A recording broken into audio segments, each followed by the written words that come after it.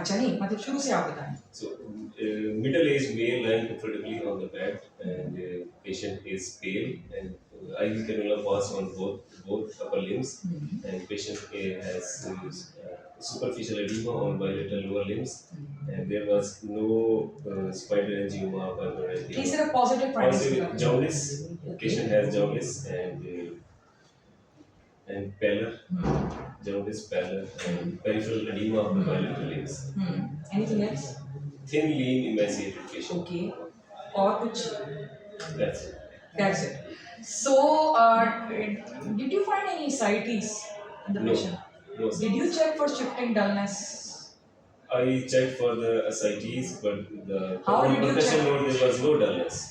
How did you check for ascites? On percussion to find. Did you ask the dullness. patient to take side?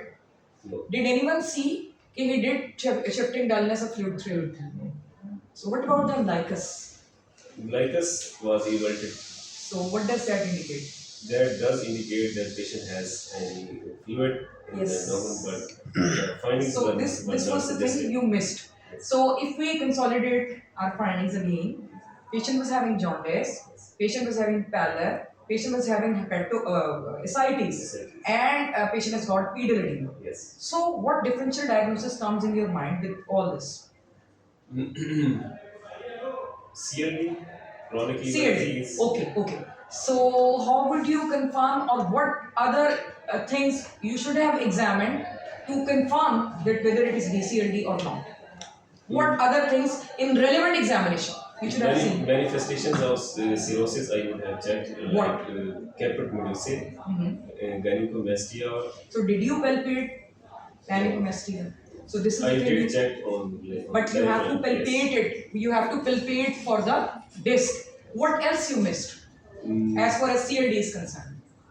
The spider angiomas, powder edema, I So- did check, and You checked that. yes, Okay. What else?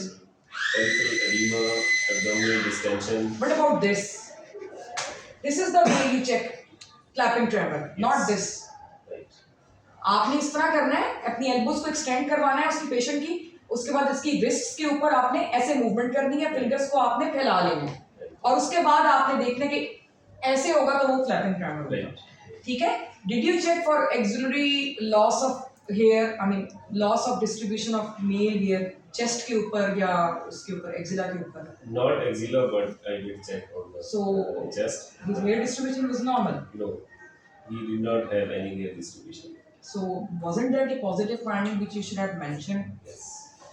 So जब आप उसको बताते हैं patient को जो DCLD का होता है, तो जिसके बारे में आपका पहला डिफरेंशियल DCLD है, तो उसमें आपने ये कहना है कि patient was jaundice, he was pale, having pedal edema, ascites, and my differential diagnosis was DCLD, but I was able to find these stigmata, loss of distribution of male hair, ठीक है, और पामर एरिथीमा, या अगर वो नहीं मिला तो आप कहेंगे कि I could not find any stigmata of liver disease. And what are they?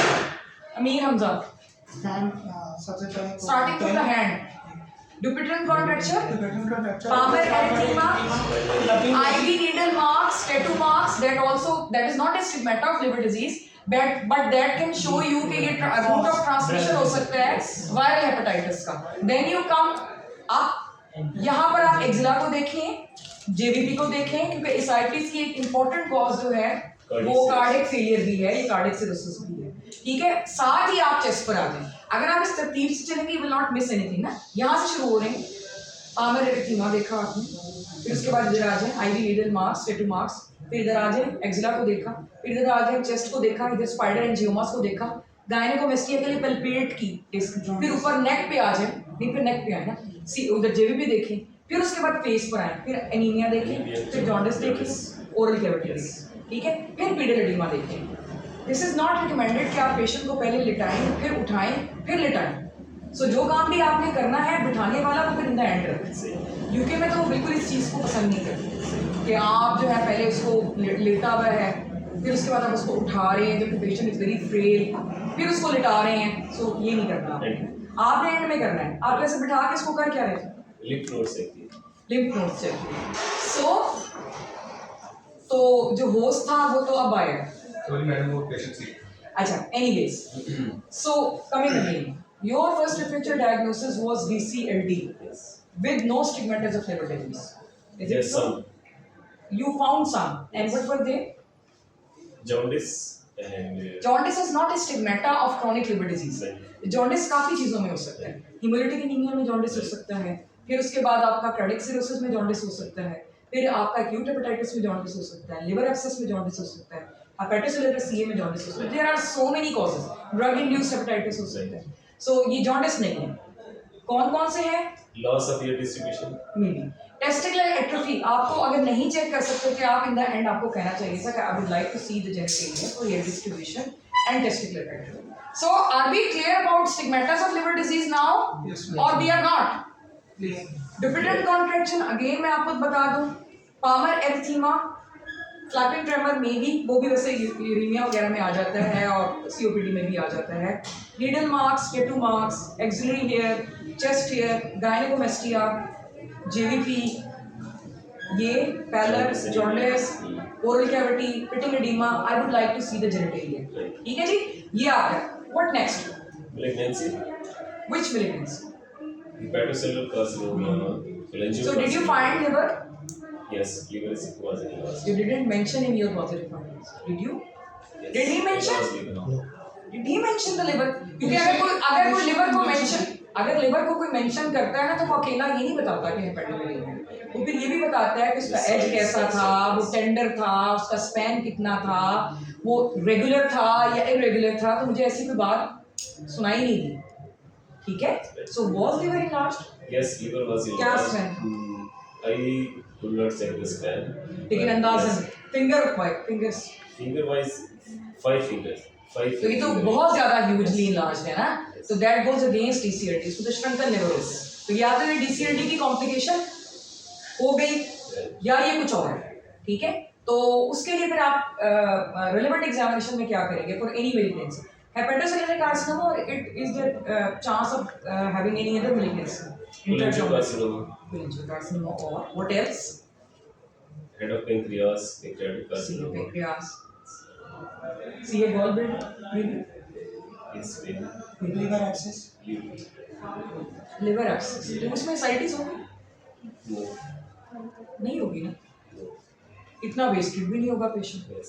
ठीक है. Could be malignancy. हाँ, मिलिग्नेंसी है. अब मिलिग्नेंसी के लिए फिर हम क्या चीजें, नींद आ रही है, मिलिग्नेंसी के लिए फिर हम रेलेवेंट एग्जामिनेशन में क्या करेंगे? We would check for lymph nodes. Specially आपका वर्को लिम्फ नोड, सुप्राक्लेविकुलर जो होता है, that is very very important. Axillary भी चेक कर ही लेते तो अच्छा था, इन्वाइनल भी कर ही लेते, जब ये किए थे तो वो भी कर लेते तो ज्यादा अच्छा है. एनीवेज, नंबर 3 और बस. Lymph nodes. And if Differential you- diagnosis. हाँ, differential diagnosis. Any infection, liver infection, Which one? abscess, वो तो liver abscess. नहीं, साइटिस नहीं उसको करती हैं, और एक्सेस में यूजुअली बहुत ज़्यादा टेंडर हेपेटोमेगाली होती है, हाई ग्रेड फीवर होता है. So how would you justify? अब इसमें ज़रूरी नहीं कि आपने तीसरा डिफरेंशियल डायग्नोसिस बनाना ही बनाना है. अगर 2 पे रुक गए हो तो ठीक है, फिर ना. So what is your differential diagnosis? अब बताओ, फाइनल बताओ. First of all, I would think about malignancy. Secondly, it could be CLD. So why malignancy on number 1 and why CLD on number 2? Justify.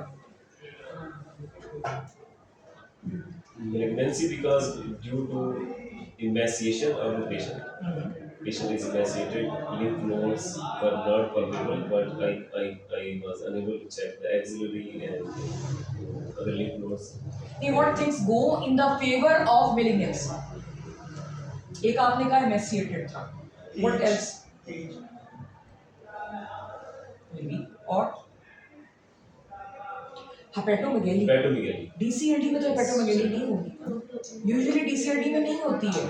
5 finger enlargement होता. ठीक है.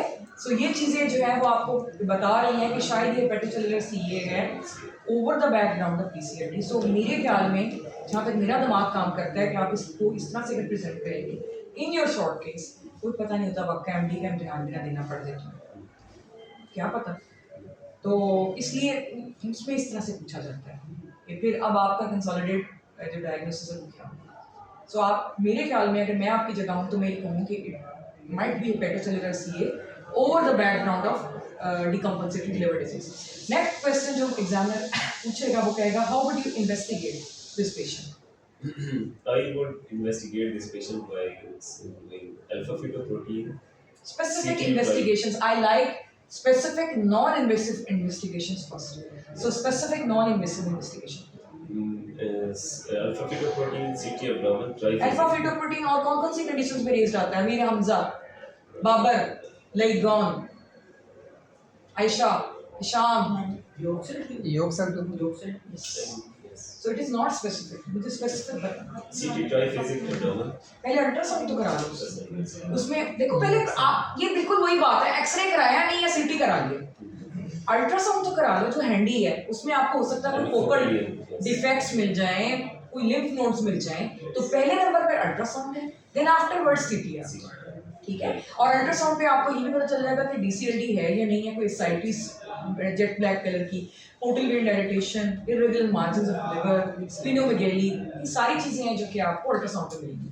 इसके अलावा आपको ये भी हो सकता है कि अगर आप कोलेंजियोकार्सिनोमा सस्पेक्ट कर रहे हैं या CA head of pancreas suspect कर रहे हैं, तो उसकी भी थोड़ा सा क्लू आपको मिलता है. सीटी ट्राइफेजिक एंड ऑब्वियसली सीटी जो पेंक्रियाटिक प्रोटोकॉल के साथ है वो आपने करवाना है. सो if it is a hepatocellular CA or CA head of pancreas or cholangiocarcinoma, how would you manage this patient? Generally speaking. We would do the grading. If we would also check for the metastasis. If there is any. How you will do grading? How will you check for metastasis? Explain. We will do CT whole body. We will check if there are any lymph nodes involved. Based on that, we will do the grading. What do you think? At what grade this person is standing? ये किसका mobile? मेरे वाला. हाँ तो मेरा ही है. क्यों? अच्छा दिखाओ. आपका क्या ख्याल है कि ये कौन सा ग्रेड होगा? हाँ जी. जिसमें साइटिस भी इसको हैं, जिसमें बहुत ज़्यादा एमेसिएटेड भी है. सो अगली है ये या लेट है? आपके क्या? Early, कैसे? because lymph nodes were not working. Ascites उसको डेवलप हो गई है, इमेसिएटेड वो है, जॉन्डिस उसको डीप है. सो इसमें तो आपको ये कहना चाहिए कि obviously I will go for the grading, but most likely look wise patient लग रहा है कि इसका ग्रेड जो है वो एडवांस है. सो इसमें हमें पैलिएटिव मैनेजमेंट करनी है. And what we are going to do for palliative management? Make the patient comfortable. Simply matter. हम उसका करवाएंगे एमआरसी, हम करवाएंगे ईआरसीपी, हम देखेंगे कि जहाँ ऑब्स्ट्रक्शन है उसको हम रिलीव कर सकते हैं या नहीं कर सकते. अगर वो लगे कि रिलीव हो सकती है तो फिर हम ईआरसीपी करवाएंगे. इसमें बेस्ट पैलिएटिव मैनेजमेंट ये है कि आप उसकी ईआरसीपी किसी तरीके से कर सकें और उसकी ऑब्स्ट्रक्शन को निगोशिएट कर सकें, तो वो इसके लिए बेस्ट है. And we have discussed it in the round. लेकिन मैं आपको बताने की चाह रही हूँ कि एग्जाम में सिचुएशन इज डिफरेंट ना. आप जो चीज़ें आती होती हैं वो भी भूल जाती हैं. बाकी पैलिएटिव मैनेजमेंट तो चलेगी. और मेरे ख्याल है आपने कह भी दिया उनको एमआरसीपी या जी उनको सीटी पहले नंबर पे है हमारा उसका जो प्लान है. उसके बाद सीटी के ऊपर हम देख लेंगे क्या एक्सटेंट है, और मोस्ट लाइकली ये एडवांस्ड है क्योंकि सीए पेंक्रियास आमतौर पे प्रेजेंट उसी वक्त करता है जब वो एडवांस्ड होता है. ठीक है. इसका prognosis very very poor. So MRCP afterwards ERCP, discussion with gastroenterologist, वो कोई स्टेंटिंग वगैरह जो है इसमें. How will you counsel this patient? Suppose I am patient. I would counsel the patient about. मैं पेशेंट हूँ. आप मुझे बताएं डॉक्टर साहब के मैंने की मसला है, मेरे कोई चांस है वे तो बचन. आपके टेस्ट करवाए हैं, टेस्ट पे लग रहा है कि आपका जिगर जो है ना फेल हो गया, और उसके बाद जिगर फेल होने के बाद वहाँ पे लग रहा है कि कोई कैंसर हो सकता है, जिसके लिए अभी सीटी स्कैन करवाया हुआ है, उस पर अभी हमें पूरी तशखीस बाकी है. अच्छा देखो, काउंसलिंग का एक तरीका ये होता है कि आपने उसको सुनना है मरीज को. आप उसको पूछें कि आपका क्या ख्याल है कि आपको क्या है. आपका क्या ख्याल है कि आपका मसला कितना हद तक? क्योंकि अगर मुझे पता है ऑलरेडी, मुझे एक चीज़ का आइडिया है कि मुझे कैंसर है, तो फिर आपका काम आसान हो जाएगा. डॉक्टर साहब मैनू ਜਿਹੜਾ है ना, मैनू है तो पता है मेरा जिगर नहीं काम कर रहा, ये कान मैनू हो गया है, तो डॉक्टर कह रहे हैं कि कोई रसौली भी हो सकती है, तो तुसी दसो.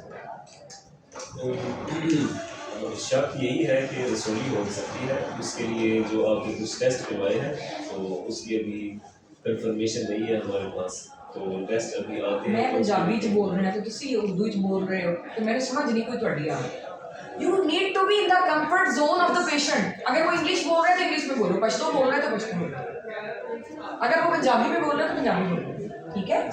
सो